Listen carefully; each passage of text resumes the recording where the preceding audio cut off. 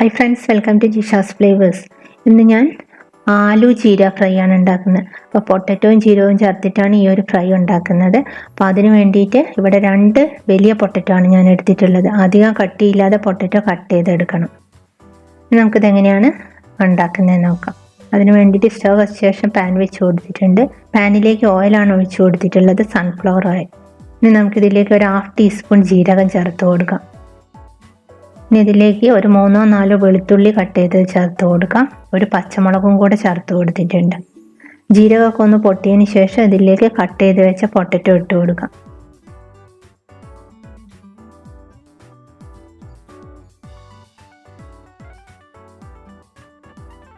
പൊട്ടറ്റോയിലേക്ക് ആവശ്യത്തിനുള്ള ഉപ്പ് ചേർത്ത് കൊടുക്കാം. അതിനോടൊപ്പം തന്നെ ഒരു 1/4 ടീസ്പൂൺ മഞ്ഞൾപ്പൊടി, 1/2 ടീസ്പൂൺ മുളക് പൊടി, 1/2 ടീസ്പൂൺ മല്ലിപ്പൊടി, ഒരു 1/4 ടീസ്പൂൺ ഗരം മസാല പൊടിച്ചതും കൂടെ ചേർത്തതിന് ശേഷം നന്നായിട്ട് ഇളക്കി യോജിപ്പിക്കാം.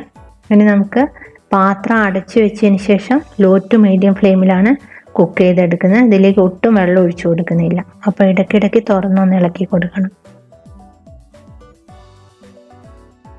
ഒരു 15 മിനിറ്റ് എടുക്കും പൊട്ടറ്റോ വെന്ത് വരാനായിട്ട്. അപ്പോൾ ഏകദേശം ഒരു 1/2 കുക്ക് ആയിട്ടുണ്ട്. ഇനി കുറച്ച് നേരം കൂടെ നമുക്ക് പാത്രം അടച്ച് വെച്ച് കുക്ക് ചെയ്യാം. ഇടയ്ക്കിടയ്ക്ക് തുറന്ന് ഒന്ന് ഇളക്കി കൊടുക്കണം.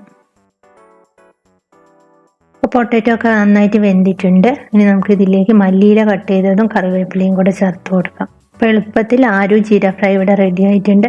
ഇത് ചോറിൻ്റെ കൂടെ ഒക്കെ സൈഡ് ഡിഷായിട്ട് കഴിക്കാൻ പറ്റും. അതേപോലെ ചപ്പാത്തിയുടെ കൂടെയും കഴിക്കാൻ പറ്റും. അപ്പോൾ എളുപ്പത്തിൽ നമുക്ക് ഉണ്ടാക്കാനും പറ്റും. ഉപ്പ് ചെക്ക് ചെയ്ത് നോക്കുക. ആവശ്യമുണ്ടെങ്കിൽ ഉപ്പ് ചേർത്ത് കൊടുക്കുക. ഞാനിപ്പോൾ ഇവിടെ കുറച്ച് ഉപ്പ് ചേർത്ത് കൊടുക്കുന്നുണ്ട്. എല്ലാവരും ഒന്ന് ഉണ്ടാക്കി നോക്കുക. മറ്റൊരു നല്ല റെസിപ്പിയുമായി അടുത്ത വീഡിയോയിൽ കാണാം. താങ്ക്